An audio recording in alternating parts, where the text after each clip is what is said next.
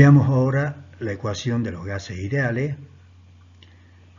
analizando las tres relaciones, las tres leyes que hemos visto. Podemos escribir que el volumen es directamente proporcional al número de moles, directamente proporcional a la temperatura e inversamente proporcional a la presión.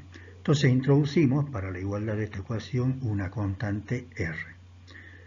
Reordenando, obtenemos esta ecuación, presión por volumen igual al número de moles por R y por T, que es la ecuación de los gases ideales y que normalmente se reescribe de esta forma. R es la constante, o se denomina como constante universal de los gases ideales, y su valor depende de las unidades con las que se trabaje. Por ejemplo, los valores más comunes que se usan en los problemas son estos: 0,082 en unidades litro-atmósfera sobre Kelvin-mol, o si la presión está en milímetros de mercurio, o torr, que es lo mismo, 62,36 litros torr sobre Kelvin-mol. Bien, hablamos del gas ideal. ¿Qué es el gas ideal? ¿Sí? Acá tenemos un concepto de lo que se considera un gas ideal. Es un gas hipotético cuyo comportamiento en cuanto a su presión, volumen y temperatura está descrito completamente por la ecuación de los gases ideales, ¿sí? O sea, el gas ideal cumple todas estas ecuaciones para ese gas ideal, ¿sí? Todas las ecuaciones que hemos visto. Bien, las tres variables, presión, volumen y temperatura, pueden cambiar en una dada muestra de gas, ¿sí? En ese caso, ¿sí?, a partir de la ecuación de los gases ideales, podemos escribir que el producto de P por B sobre la temperatura es igual a N por R. Si además ahora el número de moles es constante, entonces lo que obtenemos es que la relación P por B sobre la temperatura es constante. Bueno, igual que antes, en dos situaciones distintas, ¿sí?, llamémosle 1 y 2 o iniciales y finales, tenemos esta relación P1V1 sobre T1 igual a P2V2 sobre T2. Esta es una ecuación, digamos, un poco más general que incluye las relaciones que hemos obtenido para la ley de Boyle y de Charles, ¿sí? Por ejemplo, si la temperatura es constante, estos dos, T1 y T2 se simplifica y tenemos P1V1 igual a P2V2, que es la ley de Boyle.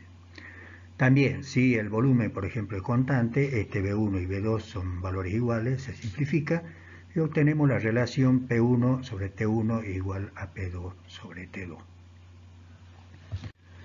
Vamos a ver un problema de aplicación que dice lo siguiente. Una cantidad de neón ocupa un volumen de 18,5 litros a 80 grados centígrados y 45,5 atmósferas. ¿Cuál será su volumen en condiciones normales de presión y temperatura? Bueno, entonces para resolver empezamos clarificando cuáles son las condiciones iniciales y cuáles son las finales. En las iniciales anotamos la presión, el correspondiente volumen, 18,5 litros, la temperatura, no nos olvidemos que hay que pasar a la escala Kelvin, entonces sumamos a los 80, los 273 y tenemos 353 Kelvin. Bien, las condiciones finales van a ser, como acá me habla de condiciones normales de presión y temperatura, tenemos que tener presente cuánto es la presión y cuánto es la temperatura. Por ejemplo, la presión es de 1 atmósfera y la temperatura de 273 Kelvin, o sea, el 0 grados centígrados. Y por supuesto, como incógnita, nos queda este volumen final o volumen V2. Bien, aplicamos la ecuación vista, ¿sí?, la más general, P1V1 a T1 igual a P2V2 sobre T2. Y simplemente despejamos, en este caso, el volumen final. Entonces, una vez despejado, reemplazamos los valores numéricos y hacemos el cálculo correspondiente y nos da, en este caso, un volumen de 651 litros. El cuidado que hay que tener acá simplemente son las unidades, ¿sí? De manera que sean coherentes y podamos obtener el valor que corresponde al volumen, ¿sí? Siempre en litros o lo que fuera. Bueno, y finalmente respondemos: el volumen en condiciones normales de presión y temperatura será de 651 litros. Bien, veamos cómo se determinan o se calculan masa molar y densidad de los gases.